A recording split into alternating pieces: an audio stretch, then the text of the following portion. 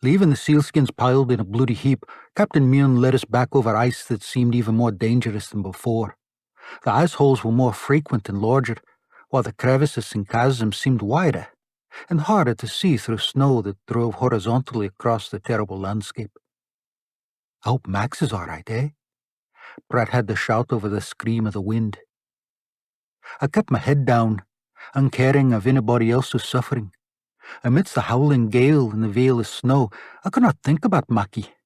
I could only concentrate on the next step, following the shape of the man in front and hoping that Captain Milne was leading us in the right direction. Narrowing my eyes, I peered into the hypnotic vortex of snow that disappeared into the distance. It felt as if I was staring down a long tunnel edged with a maelstrom of white flakes that spun and moved and enticed me on, while the wind thumped my back, pushing me endlessly into oblivion. "Doctor!" I was suddenly aware that Pratt was shouting in my ear and tugging at me.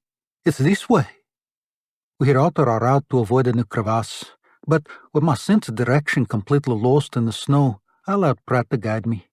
I slogged on, miserable, hating everything, with my mind almost supine. I nodded as Pratt helped me around an ice hole, slipped, swore, and nearly fell as we crested a hummock and negotiated the other side. Why had I ever come out here? This world was composed entirely on ice and snow, of misery and fear. Why had I left Dundee? "There she is, Doctor. There's the old Lady Balgay." The sight of the ketch was like the light of salvation. She sat there, her mast alternatively appearing and disappearing as the snow shifted direction, but a black hole remained a smudge of sanity in this frigid white nothingness.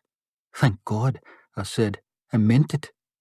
Now I understood something of the feeling seamen could have for the ship. Lady Balgay was not just a place of safety and warmth. She also represented familiarity, hope, home, and comradeship. "But where's Mackie?" Screwing up his eyes against the stinging snow, Pratt looked over his shoulder. "I haven't seen him for a while." He counted the men.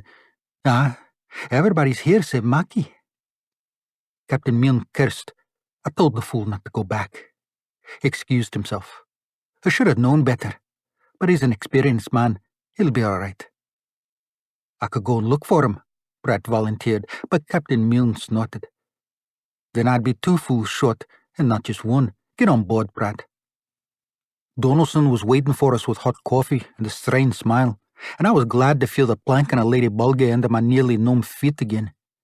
Sheltering behind the funnel, his Bista smiled to everybody, but it was Tori she welcomed with a broad wink and the sensual swing of her hips that had the fireman's mouth dropping. "Where's Max?" Donaldson asked. He peered into the whirling snow. "I bet he's killing one last seal." "He's coming," Tom said and paused. "We hope." "Hope?" Donaldson stared at him. "What do you mean, hope?" "He lagged behind a bit," Tom's explained. "As you said, trying for one last seal." "And y'all left him?" Donaldson's voice rose. "Out there?" He pointed northwards, where the snow was blasted in intermittent violent flurries, so one moment visibility was virtually nil, and then the ice was abruptly clear for half a mile. Now we were safe on board. We shared the general shame at having left Mackie behind, so we lined the rail and peered into the ice, searching and calling for our missing colleague. "There he is!" Tom's was first to see the dark figure emerging from the white haze, and everybody cheered. Mackie was not the most popular man on board, but he was one of us, a skilled hunter, and a man who shared their hardships and triumphs. At that distance he looked tiny, an insignificant figure, belligerently thrusting homeward, with his rifle balanced on his shoulder and his head held low. "Who's that with him?" his Bista said quietly. She stood between me and Tori, erect in her furs. "He's not alone."